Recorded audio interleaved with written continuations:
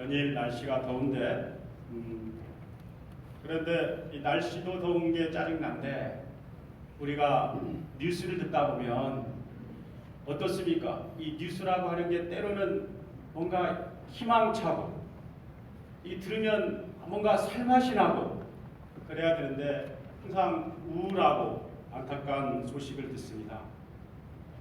아마 이 물질 만능주의나 개인주의, 이기심의 파도가 아주 거센 것 같습니다.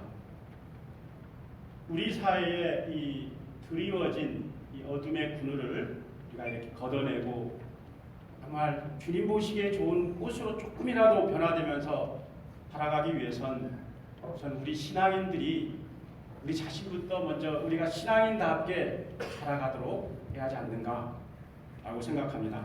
우리가 어떻게 살아갈지에 대해서 오늘 복음을 통해 가지고 같이 묵상을 해보고 싶습니다. 오늘 복음에서 예수님께서 당신의 제자들을 가까이 부르십니다. 그런데 오늘 그 전에는 예수님이 당신의 제자들을 뽑아놓은 다음에 이 학습을 시켜요. 학습이라고 하는 것은 뭐 예를 들면 질병에 걸린 사람들을 낫게 한다든지 나병 환자를 고쳐준다든지 마귀를 쫓아낸다든지 그러면서 제자들은 곁에서 예수님이 보여주는 그것을 보면서 학습을 내요. 한마디로 하느님 나라의 표지를 느끼게 됩니다. 그런데 때가 돼가지고는 이제 예수님이 그 제자들을 직접 본격적으로 복음에 선포하기 위해서 소위 말하면 실전에 투입을 합니다. 그런데 복음 선포를 하기 전에 제자들이 지녀야 할 자세에 대해서 이야기합니다. 그게 뭐냐면 제자들은 복음 선포를 할 때 지팡이 외에는 아무것도 소유하지 말고 옷도 2벌을 이상 껴입지 말아라. 여기서 지팡이는요, 이 뭡니까? 여행을 하는 데 있어 가지고 필수품입니다. 그러니까 그 정도는 지니되 다른 것은 아무것도 지니지 말아라. 그리고 옷은 당시에는 옷하면 이 사치로 여겼습니다. 그러니까 그런 사치품은 2벌 정도 이상 하면 안 된다. 한마디로 사도는 사도적 청빈을 지켜야 한다. 그래서 예수님의 복음을 선포하기 위해서는 개인적으로 가난하고 소박한 삶을 살아가야 한다. 오로지 주님만을 믿고 의지하면서 복음 선포에만 매진하도록 이야기합니다. 그런데 여기서 우리가 한 가지 식별할 게 있어요. 예수님이 이렇게 말씀하니까 그러면 예수님은 재물에 대해서 온전히 나쁜 것으로 생각하는 것일까? 그게 아닙니다. 예수님은 재물을 온전히 나쁜 것으로 보지 않습니다. 그리고 아예 부정하거나 배척하지도 않아요. 사실 따져놓고 보면 예수님이 공생활을 하면서 혼자 예수님이 공생활하면서 복음 선포했겠습니까? 옆에 있는 사람들 물질적인 도움도 받았을 것이고 정신적인 협력을 하면서 복음 선포를 했을 거예요. 그리고 우리 교회 역시 마찬가지입니다. 교회도 지금처럼 이렇게 성장된 것은 신자들이 나름대로 주님의 이름으로 정성껏 봉헌한 것을 가지고 효과적으로 복음 선포를 수행해 있는 겁니다. 그렇다고 하면 예수님께서 오늘 말씀하고자 하시는 바는 적어도 제자들은 자신의 개인의 영달을 위해 가지고 재물에 집착하지 말아라. 그리고 그것으로 적어도 하느님의 사랑과 자비를 베푸는데 걸림돌이 되어서는 안 된다. 오로지 하느님의 뜻을 우선하면서 참 제자가 되라는 뜻입니다. 사랑하는 형제 자매 여러분, 사실 재물은 양날의 칼과 같습니다. 어떻게 모으고 어떻게 사용하느냐에 따라 가지고 비록 우리가 신앙이지만 우리에게 행복으로 이끌기도 하고 불행으로 몰아넣기도 해요. 이것은 적어도 주님의 뜻에 합당하게 모으고 적절히 쓰여져야 해요. 우리 자신의 어떤 그 현세적인 만족이나 내 영달을 위한 수단이 되어서는 안 됩니다. 여러분, 우리가 잘 알고 있는 세계 그 최고의 갑부라고 하는 워렌 버핏이라고 하는 분이 있습니다. 아마 자산이 한 800억 달러면 우리나라 돈으로 86조 원 정도 된다고 합니다. 그런데 이 사람이 아침 식사 가격이 얼마냐? 아침 식사, 그러니까 자기가 잘 먹는 아침 식사가 3달러면 한 3천 몇백 원 정도 된다고 합니다. 그리고 자기가 살고 있는 집은 100년 전에 했던 그런 평범한 집, 그 집에 산다고 합니다.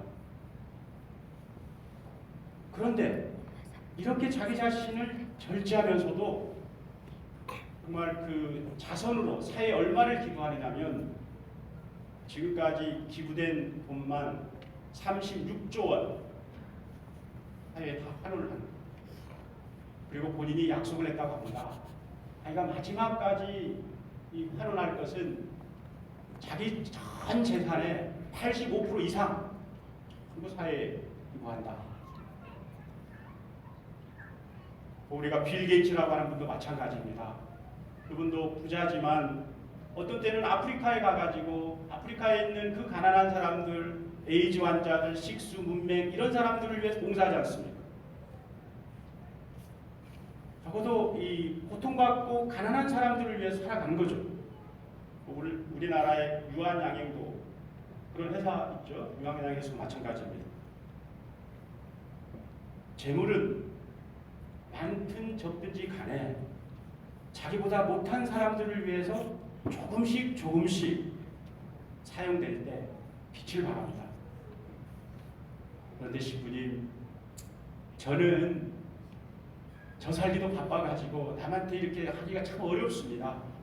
여기서 말하는 것은 내 재물을 많고 적든지 간에 내 재산을 나누라는 의미도 있지만 내 마음이 어떻게 갖고 있느냐, 이것을 이야기하는 겁니다.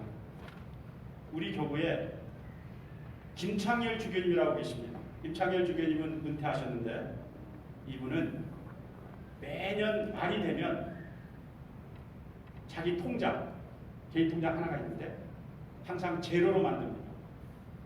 그래가지고는 새해를 맞이해요. 그리고 그 조금이라도 이렇게 생겨난 그 재물이 있으면 그 재물을요, 교회나 어려운 인들을 다 사용을 해요. 그래서 저는 처음에는 그걸 잘 못 알아듣다가 항상 몇 년에 한 번씩 김주교님이 쓴 책이 와요. 그래가지고는 궁금해서 이 책을 어떻게 해서 이걸 이렇게 하고 보내는가 생각을 해보니까 적어도 자기에게 조금 생겨난 것을 모아가지고 책을 만들어가지고 사제들의 영성적인 도움을 준다든지 그렇게 책을 다 나눠줘요. 그래서 조금 더 이렇게 여분이 생기면 자기를 찾아온 가난한 사람들, 힘든 사람들을 위해서 전부 나눠줍니다. 지금 고인이 되신 그 전주교구의 어느 신부님이 계세요. 그 신부님은 우리가 신학교 때 이 신부님은 참 성인사제 같은 분이다 라고 하신 그런 분이었는데 이분이 신학교도 다 나와가지고 은퇴하면서 길을 가다가 오토바이 사고가 나서 돌아가시게 됩니다. 사제가 돌아가시면 교구청 관리국에서 신부님들이 사는 곳을 방문해요. 사셨던 곳을. 방문해가지고는 소위 말하는 유품을 정리합니다. 유품을 정리하다가 이분도 달랑 통장 하나를 발견하게 되는데 그 통장에 남은 잔고가 17만 원 있었습니다. 그런데 신부님 생활 40년 하시고 남은 통장에 17만 원. 그런데 이 17만 원에 대한 용처까지도 알려졌어요. 그것은 이 17만 원은 자신을 오토바이로 치여 죽게 한 청년을 위해서 사용해라 는 것이었습니다.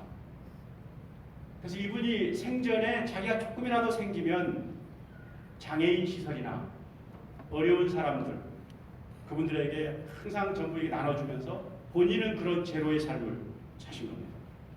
저는 간혹 이 새벽 미사를 드릴 때, 이렇게 성당에 올 때 항상 마음이 흐뭇한 게 한 가지가 있어요. 성당에 들어올 때. 언제냐면 성당 딱 가운데 성모상이 있잖아요. 성모상인데 여러분 오늘 나갈 때 한번 보십시오. 이 성모상 밑에는 촛불이 있는데 이 촛불이 한 번도 거의 꺼져 본 적이 없어요. 낮이나 밤이나 항상 촛불이 켜 있어요. 그래서 언제는 새벽미사를 딱 오는데 어느 자매님이 아주 정성껏 초를 켜가지고 그 촛불을 탁 복원해가지고는 거기서 손을 탁 하고 기도하는 모습을 봤습니다. 도대체 저 기도의 의미가 무엇일까? 아마도 자신을 위해서 기도하기보다는 누군가를 향하고 있었을 거예요. 그게 가족을 향해 있을 수도 있고 아니면 어려운 분들을 향해서 기도하고 있을 거예요. 저는 이러한 신앙인들의 기도가 우리 사회의 어둠을 조금이라도 밝히는 빛이 될 것이라고 확신합니다. 그리고 조금 더 희망한다라고 하면 우리 신자분들이 이웃과 세상을 위해서 그런 기도의 촛불들을 조금 더 정성껏 켜주길 바랍니다. 저는 본당 사제 생활하면서 이런저런 얘기 많이 듣습니다.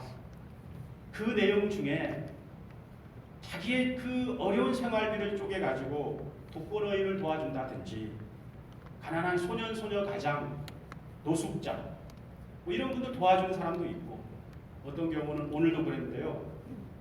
그 아무도 기억하지 않는 연옥 영혼들을 위해서 미사를 봉헌하신 분이 있어요.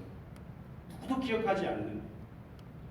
적어도 이러한 그 정말 주님의 이름으로 바치는 기도와 주님의 이름으로 바치는 이러한 자그마한 나눔들이 바로 복음 선포입니다.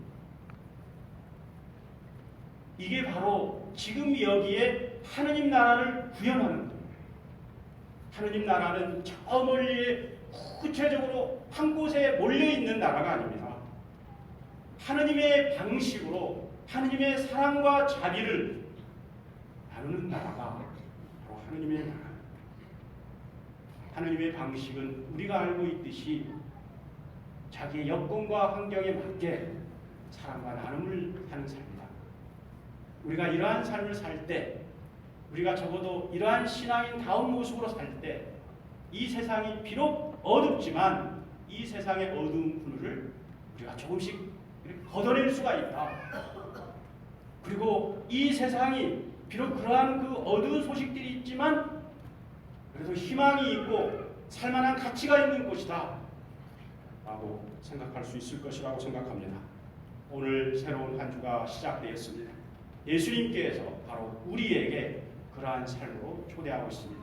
주님의 이름으로 이웃과 세상을 향해서 사랑과 자비를 나누는 가운데 우리가 온전히 일치를 이룰 수 있는 은혜로운 한 주가 될 수 있도록 합시다. 잠시 복음 말씀을 묵상하겠습니다.